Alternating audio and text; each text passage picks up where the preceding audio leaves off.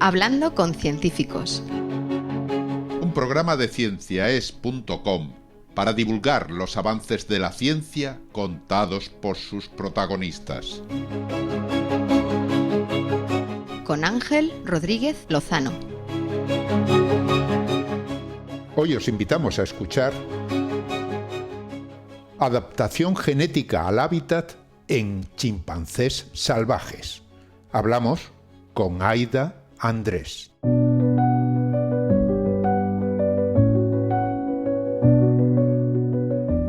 Hace entre 6 y 7 millones de años, los humanos y los chimpancés compartieron un ancestro común. Desde entonces, ambos evolucionaron por caminos distintos, adaptándose a sus respectivos entornos. Un estudio internacional en el que participó Aida Andrés, investigadora del University College of London, y nuestra invitada hoy en Hablando con Científicos, analizó el ADN de chimpancés salvajes extraído de muestras fecales que pertenecían a poblaciones repartidas por distintos hábitats africanos, desde selvas densas a zonas abiertas y más áridas cercanas a la sabana. Los resultados revelaron la existencia de adaptaciones genéticas locales, especialmente frente a enfermedades como la malaria. Estas diferencias muestran cómo los genes cambian según el ambiente, y los hallazgos contribuyen a entender tanto la evolución de los chimpancés como la del ser humano.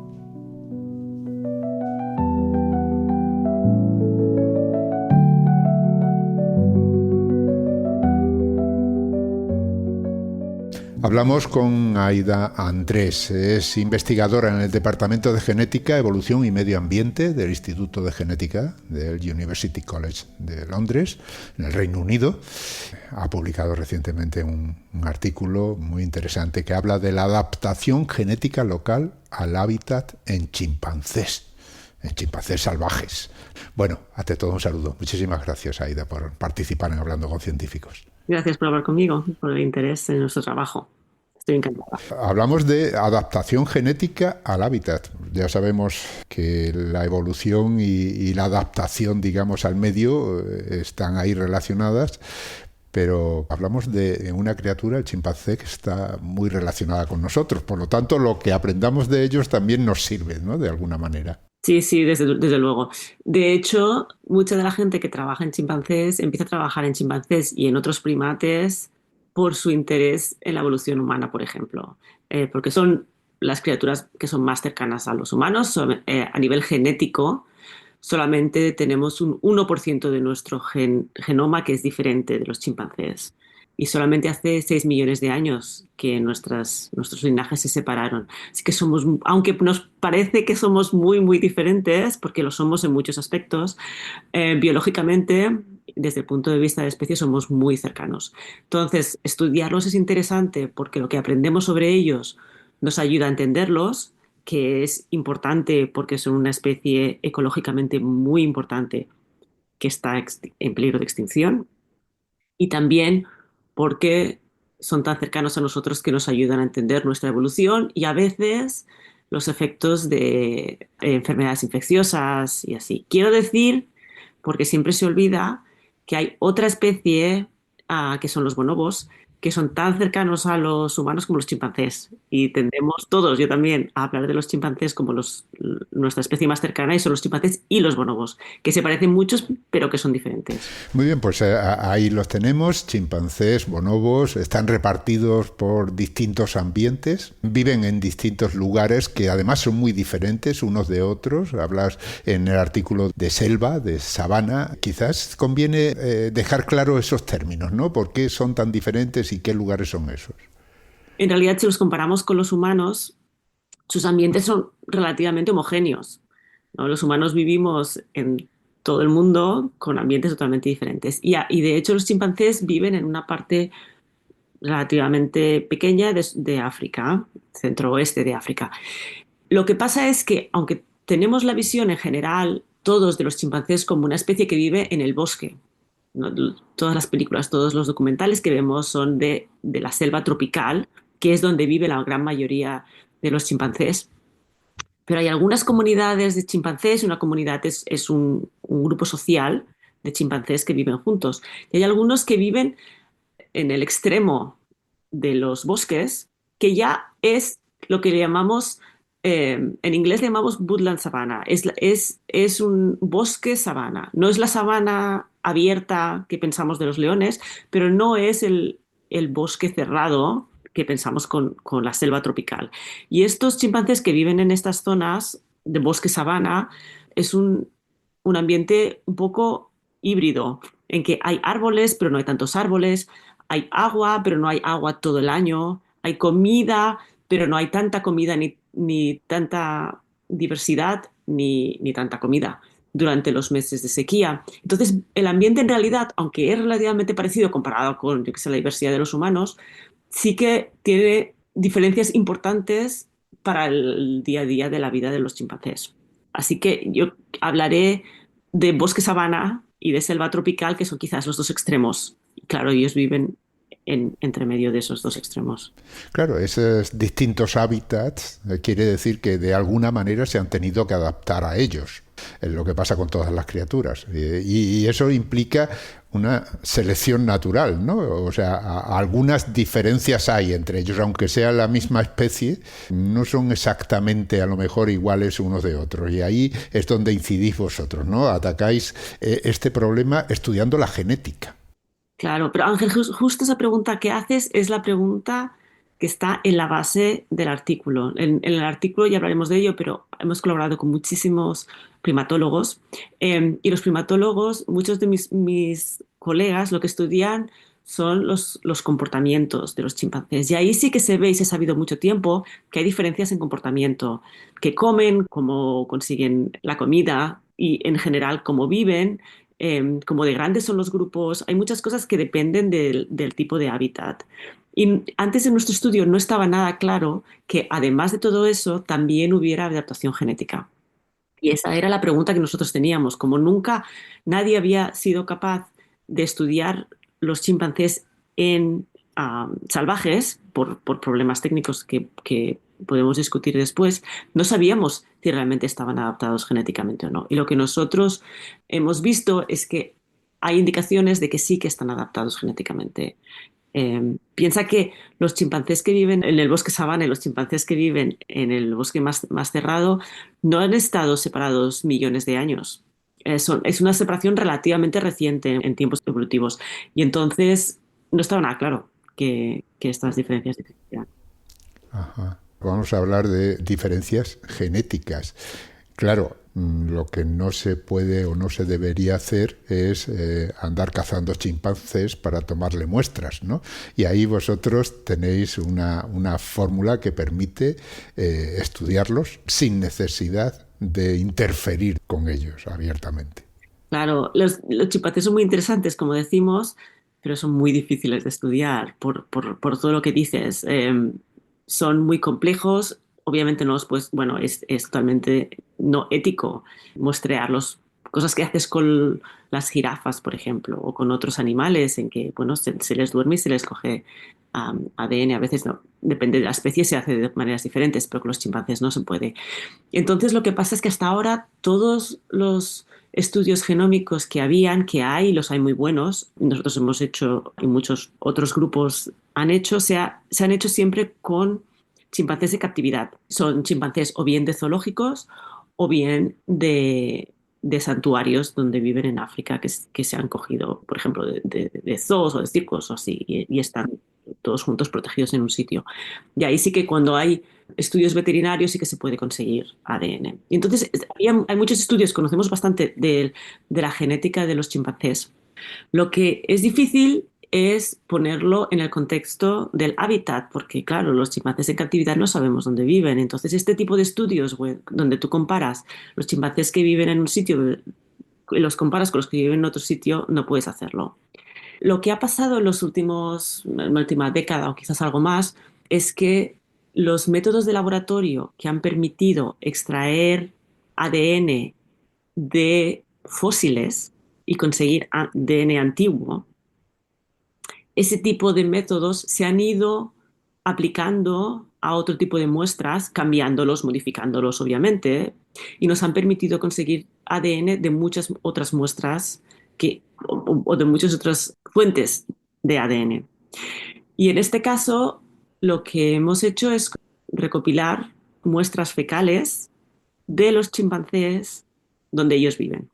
Y entonces, lo que es interesante es que en una muestra fecal tienes el ADN del chimpancé, también tienes el ADN de la comida, de las bacterias, del medio ambiente, porque si ha estado una muestra ahí por unas cuantas horas, van cayendo partes de ADN del ambiente.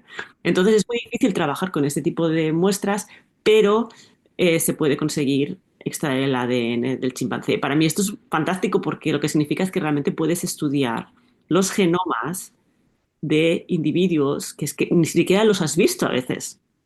A veces sí, a veces no, depende del tipo de comunidad, pero te da una ventana a estudiar comunidades de especies que están protegidas, que no se pueden tocar y te permite hacer estudios muy detallados de ese tipo de poblaciones. Lo hemos hecho con chimpancés, pero puedes imaginarte cualquier otra especie de la que puedas conseguir este tipo de muestras. Claro, este tipo de estudios abre un campo inmenso de investigación, ¿no? Porque, como dices, ahí tienes información del chimpancé, de lo que come, del ambiente, incluso de las criaturas que viven alrededor y que no tienen ninguna relación con el chimpancé porque simplemente han pasado por ahí y han dejado su ADN. Pero claro, cuando se coge una muestra, debe ser una mezcla tremenda, ¿no? El extraer de ahí específicamente el ADN del chimpancé tampoco debe ser fácil, ¿no? Esto es complicado, esto es complicado. Y esto es lo que es la complicación más grande que tenemos en el análisis, que es muy difícil. Tú extraemos, lo que haces es, eso es un poco técnico, pero lo que haces es enriquecer el ADN del chimpancé comparado con el ADN de cualquier otra cosa. Y esto lo puedes hacer porque sabemos el ADN del chimpancé, sabemos cuál es, entonces podemos utilizar una serie de métodos moleculares para enriquecer el ADN de chimpancé comparado con el de otros, secuenciar eso y entonces podemos determinar qué partes del genoma del chimpancé hemos secuenciado y para qué individuos. En este caso, por todo este problema, porque tenemos que enriquecer el ADN de los chimpancés, no secuenciamos el genoma entero, sino que secuenciamos las partes del genoma que son funcionales o que codifican para genes. En todo el genoma, todos los genes del genoma. Porque simplemente no podemos enriquecer el genoma entero. El genoma es muy grande, tiene muchas partes que pensamos que no son funcionales y sería, yo creo que imposible, pero además increíblemente caro secuenciar el genoma entero. O sea, cuando hablas de funcionales quiere decir que son zonas que tienen una función, que se conoce. Sí. Comparado con otras zonas que en principio por lo menos no se sabe, ¿no? Claro. Son sobre todo genes, los genes que son las partes del genoma. Bien, de esa manera vosotros, de ahí, de esa muestra de las heces de los chimpancés, que ahí hay otro capítulo, ¿no? Esas muestras hay que recogerlas, habrá que seleccionar las poblaciones. Imagino que son poblaciones que están a lo mejor muy dispersas o muy repartidas. Estamos hablando, dices que es una zona pequeña de África, pero eso es una forma muy relativa de hablar, ¿no? De pequeño hay muchos kilómetros a lo mejor entre unas y otras, ¿no? No es nada pequeño, tienes razón, comparado con los humanos, pero no, es una zona muy grande de África, es una zona que no siempre es muy fácilmente accesible. Ha sido un esfuerzo monumental y yo tengo que decir que yo no soy la persona que ha liderado este trabajo en absoluto. O sea, este trabajo lo hemos hecho, ha sido liderado por el grupo de primatología del Max Planck Institute en Leipzig, que es un grupo de investigación en Alemania. Y me gustaría hablar un poquito más de esto después, pero son primatólogos y lo que se ha conseguido con este consorcio, con este grupo de gente, es colaborar con decenas de grupos que estudian chimpancés en diferentes sitios en África, que ellos participen contribuyendo muestras legales, las CSCs, pero también contribuyendo información sobre el medio ambiente, sobre el hábitat, sobre los árboles que hay, sobre la comida que se ve.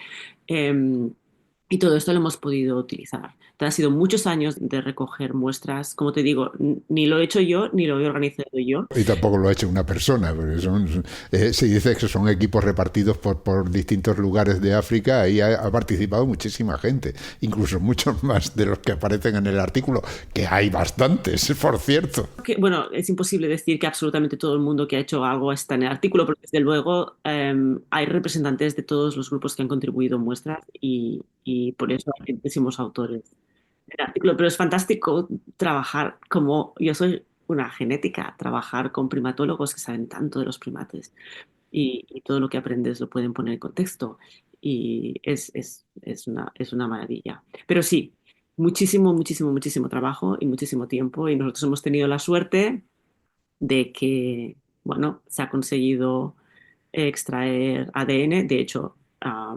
en, eso se hizo en Leipzig, pero la secuenciación se hizo en Barcelona y que nosotros hemos sido capaces de hacer el análisis. Decía que esa región es muy amplia. Ponnos el contexto. ¿De dónde estaban esos chimpancés más o menos repartidos? ¿Por qué zonas de África? Bueno, de Tanzania son los que tenemos nosotros, que son más al este, y de allí hasta el Atlántico. ¿Y cuántas comunidades? Porque claro, como dices que van en, no voy a decir familias, será más amplio, pero sí comunidades que habitan en lugares concretos. ¿Cuántas comunidades diferentes habéis estado estudiando? Inicialmente, la idea era estudiar, hay 4 subespecies de chimpancés y 10 comunidades en cada una de estas subespecies, o sea, eran 40 originalmente. Es interesante porque muchas de lo que llamamos comunidades no se habían estudiado genéticamente de esta manera y entonces cuando las empiezas a secuenciar te das cuenta que algunas de ellas genéticamente son muy similares. Cuando son genéticamente muy similares y su hábitat es muy similar, las puedes analizar juntas, por ejemplo. Así que las 40 que teníamos al principio no es como hemos acabado al final después de mucho trabajo.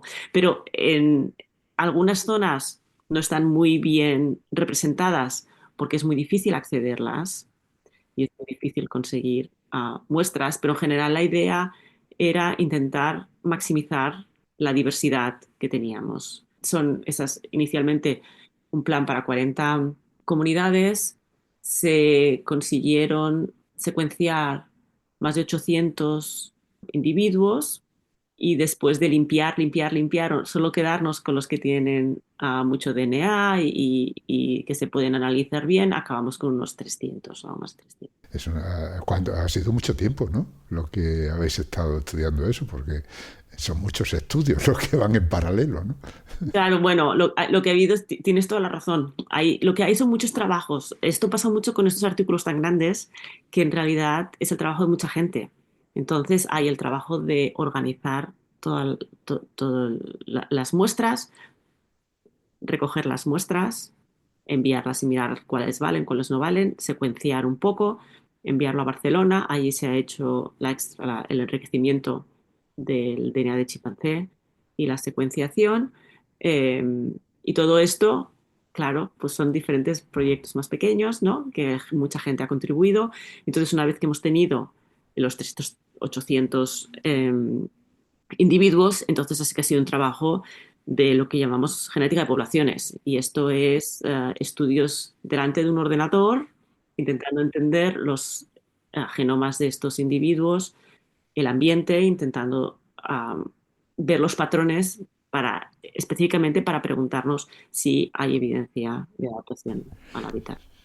Claro, porque si se habla de un estudio en el que las poblaciones están en hábitats distintos, como decías, ese bosque cerrado, ese bosque sabana que es más abierto, lo que habrá que ver es en qué medida el ambiente puede estar relacionado con ciertas partes del genoma. Eso no debe de ser nada fácil, porque ¿qué pasa con esos ambientes? ¿Qué tienen de distintos que pueda realmente dejar alguna huella en el genoma, ¿no? ¿En qué se diferencia? Claro, las preguntas que te haces tú, las preguntas que nos hacíamos al principio. Claro, hay 2 preguntas. Una es, ¿ha habido adaptación al ambiente? Y la segunda pregunta es si ha habido adaptación al ambiente, al tipo de hábitats en el que viven ¿Dónde? ¿Por qué? ¿Cuál es qué hay en el ambiente que hace que te tengas que adaptar? Y cómo cambia el genoma para adaptarse. Entonces, lo que hacemos, bueno, hemos hecho bastantes tipos diferentes de análisis, pero quizás el que nos ha dado unos resultados más bonitos o más convincentes es uno en que lo que hacemos es comparar las variantes genéticas con el ambiente. Y esto funciona de la siguiente manera. Hay variantes genéticas, son posiciones del genoma, letras del genoma, donde individuos tienen una letra diferente. Entonces, por ejemplo, pues tú y yo, a lo mejor en el mismo gen, en una parte concreta del gen, tú tienes una letra y yo tengo otra letra diferente, una A o una G, por ejemplo. Y entonces, eso se llama una variante genética. Significa simplemente que diferentes individuos son genéticamente diferentes para esa posición. Y esa posición a lo mejor hace algo, por ejemplo, a lo mejor cambia una proteína o a lo mejor cambia cuánto de una proteína tenemos. Y eso puede ser que tenga consecuencias para el individuo. Lo que nosotros hacemos es intentar ver si hay algunas de estas variantes genéticas donde una forma es muy común en un tipo de hábitat y la otra forma es muy común en el otro tipo de hábitat. Lo cual te querría decir que una forma seguramente sirve para mediar adaptación a un tipo de hábitat y la otra al otro tipo de hábitat. Esto es adaptación genética, selección natural. O sea, de alguna manera esa diferencia le da una ventaja en el hábitat concreto a esa comunidad, ¿no? Frente a otra que tiene otra adaptación porque le da otra ventaja para adaptarse a ese hábitat. Puedes imaginarte, por ejemplo, si pensamos en humanos que viven en hábitats muy, muy diferentes, hay variantes genéticas que pensamos que son beneficiosas si vives en un ambiente muy frío. Por ejemplo, en nuestro grupo hace un tiempo encontramos una variante que pensamos que es beneficiosa en latitudes muy altas, mientras que la otra es beneficiosa si vives en sitios muy cálidos.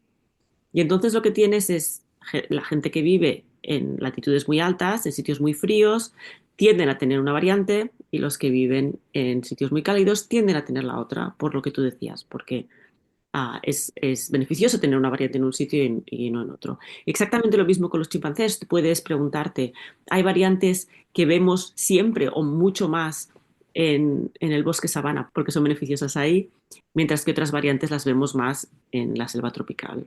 Bueno, esto con mucha estadística y genética de poblaciones puedes identificar las variantes que realmente estás muy seguro de que han sido beneficiosas en un sitio u otro. Muy bien, Aida. Vamos a tomarnos un pequeño descanso y entramos ya directamente en los resultados de la investigación.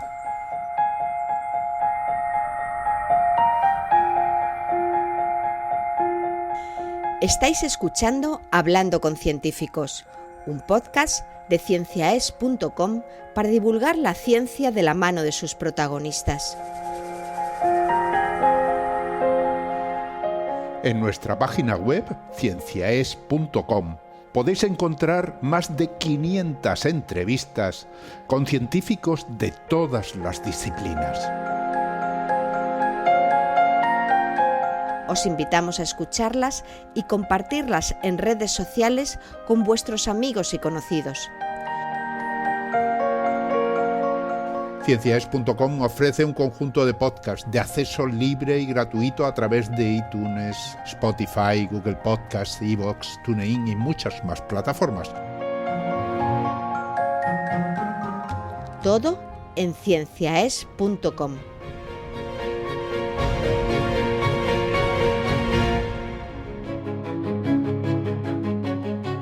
Continuamos hablando con Aida Andrés.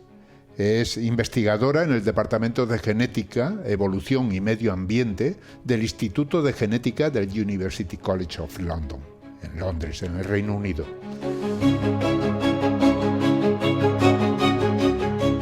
Bien, pues vamos a ir repasando esos resultados del estudio. Si es un chimpancé que vive en el bosque cerrado, en esa selva cerrada, ¿qué variantes y qué relación tienen con esa forma de vida en ese lugar? ¿Qué variantes habéis visto? Bueno, pues el resultado quizás más interesante desde mi punto de vista es que aunque esos chimpancés viven en un ambiente que es un ambiente fácil para los chimpancés. Fácil, ¿por qué? Por lo que decías, abundancia de comida y entiendo que además es más difícil cazar a un chimpancé que siempre está subido a los árboles y puede desplazarse con facilidad, ¿no? Sí, pero yo diría que el hábitat en el bosque cerrado es seguramente más cercano al hábitat ideal, si quieres, de un chimpancé, porque tienen comida, tienen agua, tienen árboles, es muy estable. Y de hecho esto se traduce en, por ejemplo, las comunidades son más grandes, tienen una vida un poco más fácil desde el punto de vista de las dificultades que todo animal salvaje tiene. Pero por otro lado, lo que hemos encontrado es que tienen señales de adaptación a enfermedades infecciosas.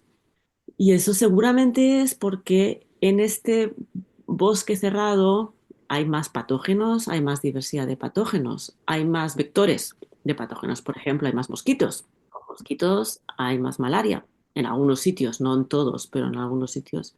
Y entonces lo que vemos es señales de adaptación en genes que están relacionados con patógenos, con enfermedades infecciosas. Y en concreto, la señal más clara que encontramos es posibles adaptaciones a malaria.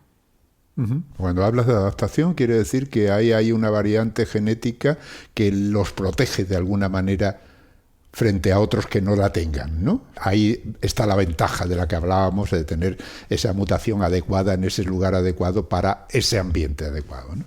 Eso es la conclusión, pero no puedo decir que eso es lo que hemos observado, porque claro, nosotros los chimpancés no los podemos tocar, no los vemos, no sabemos si sufren de malaria o si no sufren de malaria, no sabemos si son más resistentes o no. Lo que sabemos es que las poblaciones que viven en estos ambientes tienen cambios genéticos en genes que sabemos que son importantes para reducir el efecto de la malaria. ¿Y cómo sabemos? Esos genes, eso te iba a preguntar, ¿cómo sabéis que ¿Cómo esos sabemos genes? esto? Bueno, sabemos esto porque la malaria, los efectos de la malaria están muy bien estudiados, porque malaria obviamente también infecta a los humanos.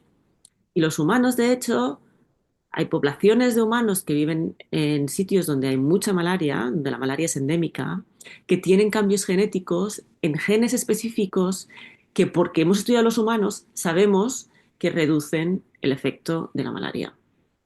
Y hay varios de estos ejemplos en diferentes partes del mundo, porque malaria realmente es un agente infeccioso muy importante y los mismos genes que sabemos que protegen contra la malaria en poblaciones humanas, algunos de estos genes también tienen señales de adaptación en los chimpancés. Y por eso sabemos que seguramente se han adaptado a la malaria para reducir los efectos de malaria. Y vosotros podéis buscar, digamos, esos genes y esas variantes, ¿no? En las heces. Sí, lo que es interesante es que en realidad ha ido al revés. Nosotros hemos hecho todo el proceso que te he dicho de intentar ver qué variantes genéticas en el genoma se asocian a un hábitat concreto y cuando dices, a ver, ¿cuáles son las que tienen las señales más fuertes?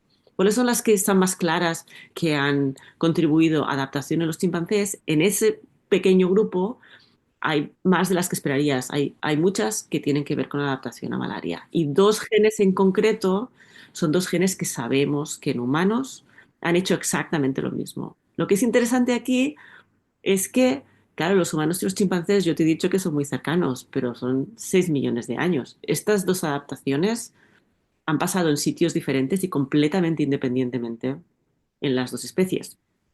Pero en los mismos genes. Interesante. Aquí la relación entre humanos, chimpancés o bonobos, como decías, es constante, ¿no? Estáis siempre comparando datos, utilizando los datos que existen de las especies y demás. Bien, entonces eso, por ejemplo, es una diferencia que habéis detectado en los que viven en el bosque cerrado. ¿Qué pasa con los que viven en el bosque sabana? Muy buena pregunta. Y de hecho, cuando empezamos este proyecto, yo pensaba que íbamos a encontrar señales muy claras de adaptación al bosque sabana, con esta idea de que es un ambiente al cual los chimpancés se tienen que adaptar genéticamente porque no es tan ideal.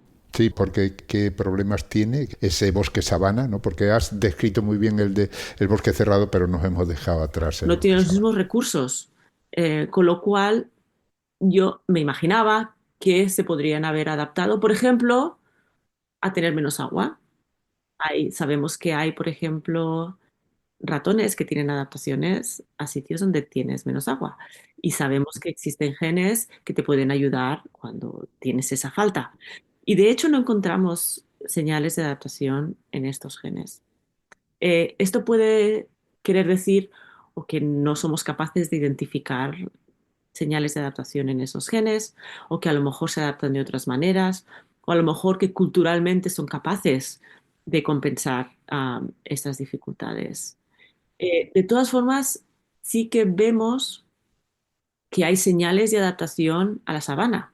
Sabemos que se están adaptando al bosque sabana. Sabemos que se están adaptando de alguna manera, pero a día de hoy no sabemos exactamente ni a qué se están adaptando ni cómo se están adaptando. Es uno de los capítulos que quedan abiertos en este estudio, como siempre queda abierto algún capítulo en todos los estudios científicos, como tú sabes bien, este es uno que queda abierto. Y lo que tenemos que hacer es estudiar más chimpancés de esas zonas. No hay muchos, con lo cual no hay muchos en nuestra muestra. Tenemos que estudiar más chimpancés en esas zonas, tenemos que estudiarlos de maneras diferentes para tratar de entender a qué se han adaptado. Y de hecho es una pregunta muy interesante porque hablábamos de la relación entre los chimpancés y los humanos. Este, esta transición de vivir en un bosque cerrado a vivir en un bosque sabana es muy importante para los humanos porque los humanos de hecho pensamos que el origen de nuestra especie está ligado a los humanos irse del bosque a sabana. Y una vez estar adaptados a vivir en la sabana y si quieres liberarse del bosque, entonces fueron capaces de colonizar el mundo entero. Es posible que si conseguimos entender genéticamente cómo una especie que es casi igual a nosotros es capaz de adaptarse a ese ambiente, es posible que nos dé algunas ideas de cómo quizás los humanos consiguieron hacer lo mismo. De todas formas, contabas que sí habéis encontrado esa relación entre la genética y la defensa de ciertos parásitos en los chimpancés de bosque. Entiendo que esa relación no la habéis encontrado en la sabana, por lo tanto ya en sí hay una diferencia entre uno y otro. Pero es importante eso de tener una defensa contra los parásitos. Eso puede ser ya de por sí algo evolutivamente positivo, ¿no? Desde luego, desde luego. Lo que pasa es que eso es lo que pasa con la selección natural, que es que las poblaciones solamente se adaptan a lo que se tienen que adaptar. Los chimpancés que viven en el bosque sabana no necesitan las adaptaciones a lo mejor a la malaria y entonces no las tienen. Entonces, esto lo que significa es una manera interesante de verlo. No hay una población que es mejor que otra.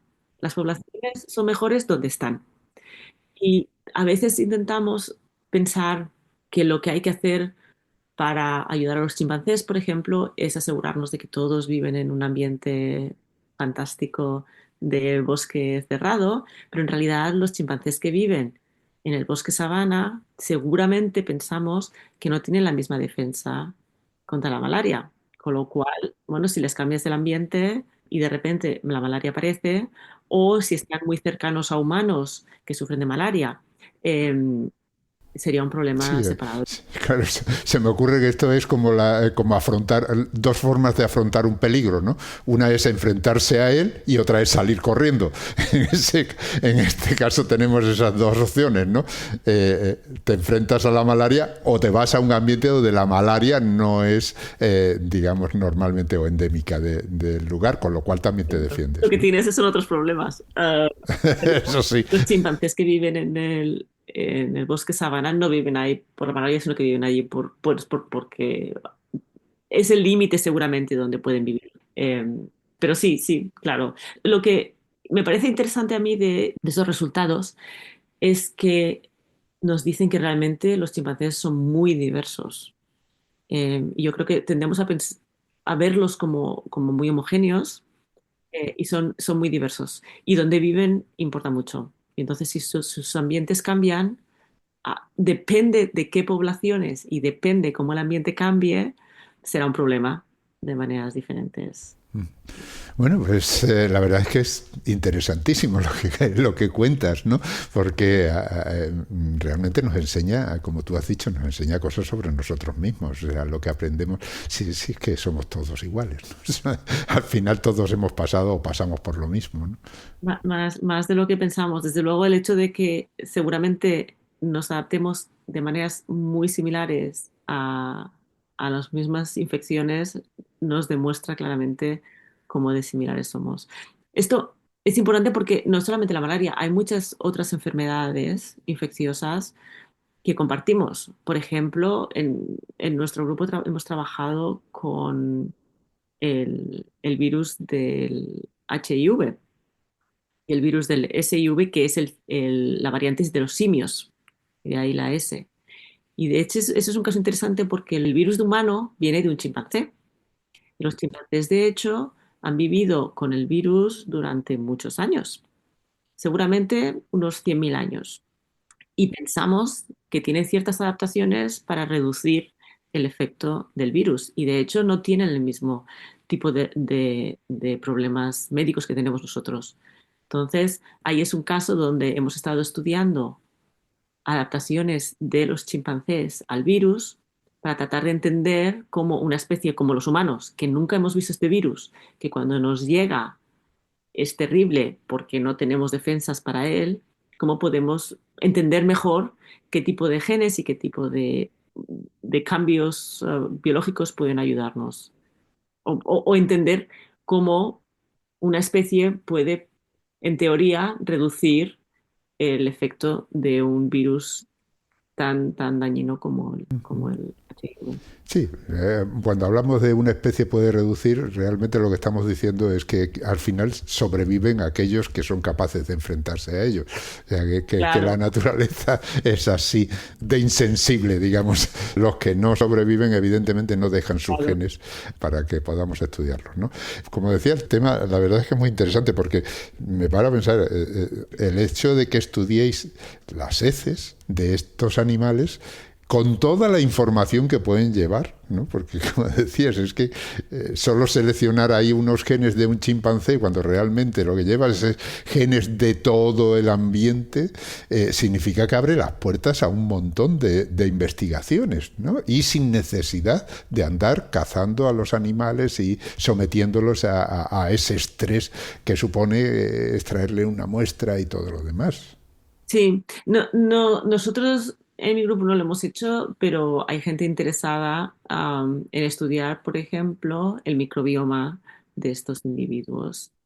Se puede extraer muchísima información de la dieta, se puede extraer muchísima información de su microbioma, se puede extraer mucha más información de la que nosotros hemos extraído ahora mismo. Es todo muy difícil y muy complicado, pero estoy totalmente de acuerdo contigo que abre una ventana a todas estas otras maneras de estudiar los chimpancés. De todas formas, limitado al sistema digestivo. Claro, claro. Lo que pueda pasar el aparato digestivo y el ADN que pueda quedar al final, ¿no? Ahí está todo mezclado. Muy bien, pues decías que habías participado muchísima gente, pero claro, siempre hay un equipo que es un equipo, digamos, más cercano, que es con el que trabajas codo con codo, y luego otros equipos que están haciendo sus cosas y a los que les pedís información, os la facilitan, se involucran durante un tiempo y luego os dejan esos datos que vosotros seguís analizando, ¿no? Háblame un poco, ¿cómo se formó ese equipo? ¿De dónde viene esta idea y cómo se forma ese equipo? ¿Y qué personas participan? Bueno, este proyecto se llama PAN-AF, es Pan-African, y es un proyecto que empezó en el Max Planck Institute for Evolutionary Anthropology, el Max Planck Institute para Antropología Evolutiva en Leipzig, en el departamento de primatología, donde Christoph Borsch, que era el director del departamento, tuvo la visión de que lo que había que hacer es entender los chimpancés a nivel global. La primatología durante gran parte de su historia se ha centrado en seguir a grupos de chimpancés y estudiarlos y entender esas comunidades. Pero esto es muy difícil de hacer porque los chimpancés se escapan si te ven. Y entonces son muchos, muchos, muchos años de trabajo conseguir habituar a un chimpancé a tener humanos estudiándoles y que no les moleste. Entonces, hay unas pocas comunidades que están habituadas a los humanos, de chimpancés, pero no son muchas. Y Christoph Borch tuvo la visión de que había que añadir a esto una visión global, donde no sabemos lo que hacen los chimpancés, no les vemos, no podemos estudiar su comportamiento, pero podemos saber dónde están, podemos saber en qué tipo de ambientes viven, podemos intentar entender cuál es la densidad en diferentes sitios. Y en ese momento yo estaba en el departamento de genética, y en ese momento estábamos ya, el director del departamento, Svante Pebo, estaba ya secuenciando genomas de neandertales y de denisovanos. Y Christoph estaba muy interesado en hacer algo similar en los chimpancés. Y como te digo, bueno, ese momento en que se estaba empezando a hacer más y más secuenciación de muestras que no vienen directamente de un individuo, él consiguió los fondos, consiguió la energía, consiguió la gente, consiguió crear el grupo. Eh, las dos personas que tuvieron o que han tenido un papel muy, muy importante en esto son Jalmar Kuhl y Mimi Aradinovic, que son, los dos estaban en ese momento en el departamento de primatología. Christoph, por desgracia, murió el año pasado, pero lo que consiguió crear es este grupo de gente que ha trabajado junto y realmente conseguir que primatólogos de sitios diferentes trabajando en comunidades diferentes hayan querido participar y dar las muestras. El otro grupo que es muy importante es el grupo de Tomás Márquez Bonet en Barcelona, que son los que han secuenciado los exomas. Este es un grupo que hace genética de primates al nivel más alto que se puede hacer y secuencian, son expertos en secuenciación de primates, y ellos son los que han hecho la secuenciación. Y entonces una vez que teníamos las partes, los genes, las partes funcionales de los genomas, y la información del medio ambiente, entonces nos pasaron toda esta información a Londres. Y en Londres, un estudiante de doctorado de mi grupo, Harrison Ostrich, es el que ha hecho todos los estudios de adaptación. Es un estudiante fantástico, ahora ya ha acabado, ahora ya es doctor, eh, pero es la persona que ha hecho todos los estudios de De adaptación. adaptación, o sea, de comparación de eso, esa información que pasaban desde Barcelona para ver realmente la relación con el ambiente y demás, que ahí imagino que han sido muchas horas de trabajo, eso sí, Muchas horas de trabajo. muchísima información ahí De que una cotejar. persona buenísima. Sí, por supuesto, hablando mucho con nuestros colaboradores en Barcelona que habían producido los genomas, hablando mucho con los colaboradores en Alemania que conocen los chimpancés también y que son responsables de la información de medio ambiente que tenemos. Así que yo he sido coautora de muchos artículos con muchos autores porque he trabajado bastante en ADN antiguo y ahí uno tiende a tener muchos colaboradores, pero yo creo que nunca he estado en un artículo con tantísimos. Desde luego no he sido última autora nunca en un artículo con tantísimos autores. Y ha sido una experiencia fantástica, tengo que decir. Conseguir. Un día nos tienes que hablar de ese ADN antiguo, ¿eh? Vale, vale. Bueno, y ahora ya al final, ¿no? Siempre me gusta que contéis vuestra experiencia, ¿no? ¿Cómo surgió en vosotros esta afición, digamos, por el campo que estudiáis, ¿no? Si os viene de pequeños o no, porque ahí hay estudiantes que nos escuchan y alguno pues puede sentirse atraído por este campo de estudio y pensar que su futuro está ahí. Y si les viene estupendamente el ejemplo. Cuéntame, háblame de ti. Yo estudié biología, eh, pues porque quería ser bióloga, la verdad. Tampoco no puedo decir que tuviese muy claro que esto es lo que quería hacer en absoluto. Eh, y en biología, yo creo que los estudios en España son fantásticos en que son muy diversos y estudias, al menos al principio, muchas cosas diferentes. Y yo nunca jamás hubiera pensado que quería estudiar ecología en absoluto. Y yo quería hacer genética y genética sanitaria. Eh, pero fíjate que los, am, los cursos de ecología eran muy matemáticos y eran muy interesantes para mí. Y ahí acabé ya pensando que ya no quería hacer genética médica, sino que quería hacer algo un poco más de ecología. Eh, y yo hice mi doctorado con Jaume Bertran Petit, que es que es un catedrático en Barcelona, estudiando genética evolutiva y estudiando, comparando genes en humanos y otras especies. Y ahí es lo que me abrió la puerta a darme cuenta de cuánto podemos entender de cómo las especies se adaptan al ambiente utilizando sus genes. Y eso es lo que me enamoró. Y es lo que he hecho desde entonces.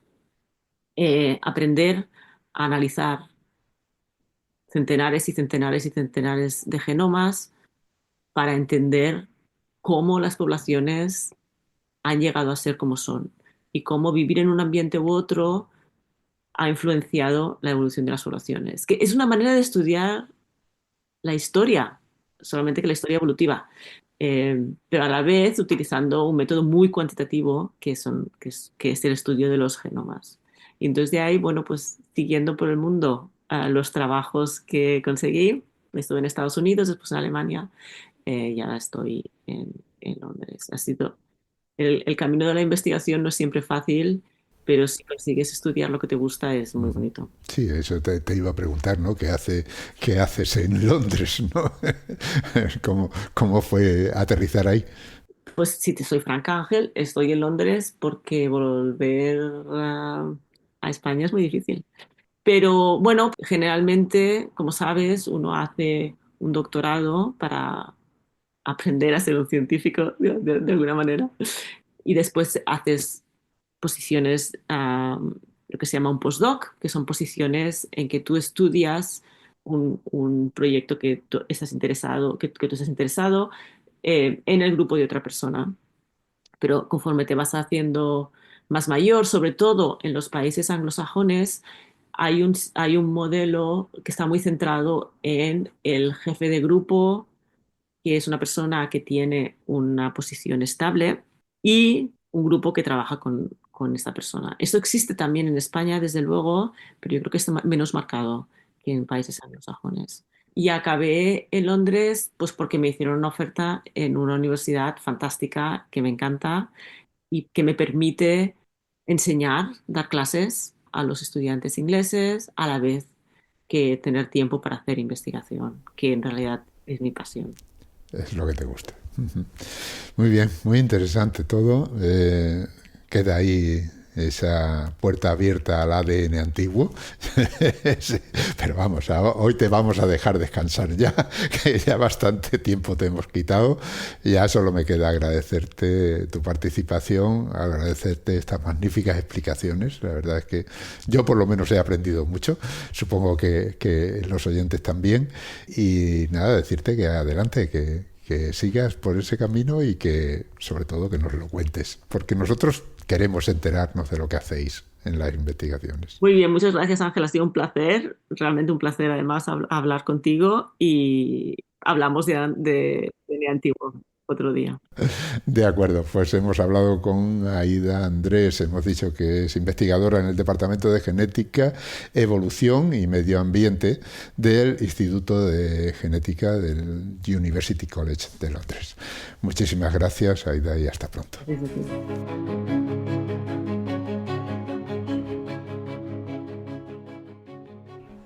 Y como siempre, antes de despedirnos, tengo que recordaros que Hablando con Científicos y el resto de los podcasts de cienciaes.com son posibles gracias a vuestras donaciones. Es nuestra única fuente de ingresos.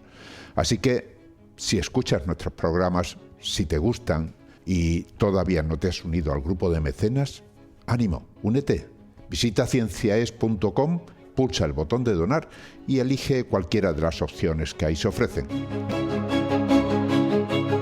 Han escuchado ustedes Hablando con Científicos, con Ángel Rodríguez Lozano.